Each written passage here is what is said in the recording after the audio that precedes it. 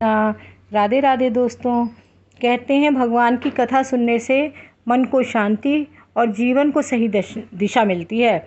अगर आप भी भगवान श्री कृष्ण और श्री हरि विष्णु में श्रद्धा रखते हैं तो दिल से राधे राधे ज़रूर बोलिए और सुनिए आज की पावन कथा।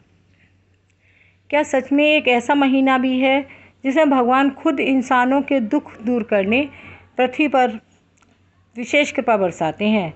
क्या केवल पूजा जप और थोड़े से नियमों से इंसान की किस्मत बदल सकती है? आज मैं आपको पुरुषोत्तम मास की ऐसी दिव्य कथा सुनाने जा रहा हूँ जिसे सुनकर नारद जी भी भावुक हो गए थे।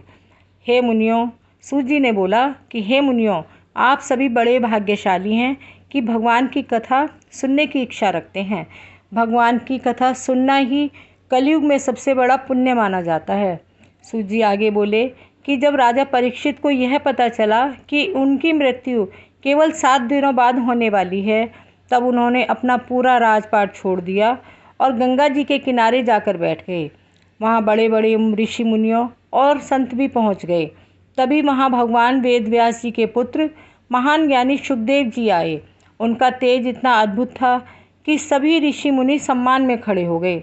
राजा परीक्षित ने हाथ जोड़कर कहा कि हे प्रभु, अब मेरे जीवन के केवल 7 दिन बचे हैं। कृपा कर कोई ऐसा ज्ञान दीजिए जिससे मेरा कल्याण हो जाए।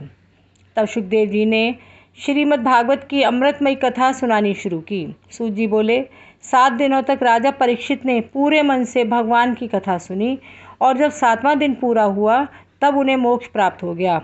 उस दिव्य दृश्य को देखकर मेरा मन भी भगवान की भक्ति में डूब गया। इसीलिए मैं यहाँ आपके यज्ञ में आया हूँ। यह कहकर वहाँ बैठे ऋषि मुनि बोले, हे सूत जी, आपने जो भगवान व्यास जी के मुख से सुना है वही दिव्य कथा हमें भी सुनाइए। ऐसी कथा जो मनुष्य के दुख दूर कर दे, ऐसी कथा जो जीवन को बदल दे। सूत जी हाथ जोड़कर बोले, मैं कोई बड़ा ज्ञानी नहीं हूँ, केवल आपने मुझसे भगवान की कथा पूछी, यही मेरा सौभाग्य है। जो मैंने अपने गुरु वेदव्यास जी से सुना वही आज मैं आपको सुनाता हूँ। सूत जी बोले, बहुत समय पहले की बात है। देव ऋषि नारद जी संसार का भ्रमण करते करते बद्रीनाथ के पास पहुँचे। वहाँ नर नारायण भगवान का दिव्य आश्रम था। उस आश्रम का दृश्य इतना सुंदर था कि जिसे देखकर मन शांत हो जाए। चारों तरफ ऊंचे ऊंचे वृक्ष, फूलों की सुगंध, पक्षियों की मधुर आवाज़ और पास में बहती गंगा और अलकनंदा की धारा। वहाँ बड़े बड़े तपस्वी भगवान का ध्यान कर रहे थे। सूत जी बोले, जब नारद जी आश्रम के पास पहुँचे तब उन्होंने देखा कि भगवान नारायण गहरे तप में लीन हैं। उनके शरीर से निकलने वाला तेज पूरे वातावरण को प्रकाशित कर रहा था। नारद जी तुरंत भगवान के चरणों में गिर पड़े। उन्होंने हाथ जोड़कर कहा, हे प्रभु, आप देवताओं के भी देवता हैं, आप ही संसार के पालनहार हैं। आपकी कृपा के बिना कोई भी जीव संसार के दुखों से मुक्त हो ही नहीं सकता। हे प्रभु, कलयुग में मनुष्य बहुत दुखी है। कोई धन के लिए परेशान है, कोई बीमारी से, कोई संतान ना होने के कारण दुखी है और कोई घर में क्लेश से परेशान है। लोग मोह माया में फंसकर भगवान को भूलते जा रहे हैं। ऐसे समय में कोई ऐसा सरल उपाय बताएं जिससे साधारण इंसान भी आपका आशीर्वाद पा सके। नारद जी की बातें सुनकर भगवान नारायण मुस्कुराए। भगवान बोले, हे नारद, तुम तो सब जानते हो, फिर भी संसार के कल्याण के लिए प्रश्न कर रहे हो, यही तुम्हारी महानता है। आज मैं एक ऐसा दिव्य रहस्य बताऊंगा जो बहुत कम लोगों को पता है। नारद जी ध्यान से भगवान की ओर देखने लगे। नारायण भगवान बोले, उस रहस्य का नाम है पुरुषोत्तम मास। भगवान बोले, यह महीना बहुत पवित्र और चमत्कारी माना जाता है। इसके स्वामी स्वयं भगवान पुरुषोत्तम यानी श्री हरि विष्णु हैं। जो मनुष्य इस महीने में श्रद्धा से भगवान का नाम लेता है, पूजा करता है, दान करता है, कथा सुनता है, उसके बड़े बड़े पाप भी नष्ट हो जाते हैं। इस महीने में किया गया थोड़ा सा पुण्य भी कई गुना फल देता है।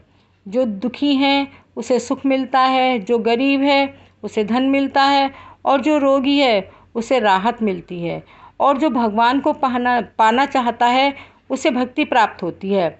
नारद जी यह सुनकर आश्चर्यचकित हो गए। उन्होंने पूछा, हे प्रभु, बाकी सब महीनों के बारे में तो मैंने सुना है, लेकिन ये पुरुषोत्तम मास इतना महान कैसे बना? इसमें कौन कौन से नियम रखने चाहिए? क्या केवल पूजा करने से ही फल मिलता है या कुछ विशेष नियम भी हैं? और जो लोग बहुत दुखी हैं, उनके जीवन से समस्याएं खत्म नहीं होती, क्या उनके दुख भी इस मास से दूर हो सकते हैं? भगवान नारायण गंभीर स्वर में बोले कि हे नारद, इस पुरुषोत्तम मास का महात्म्य इतना बड़ा है कि इसका वर्णन करना भी कठिन है।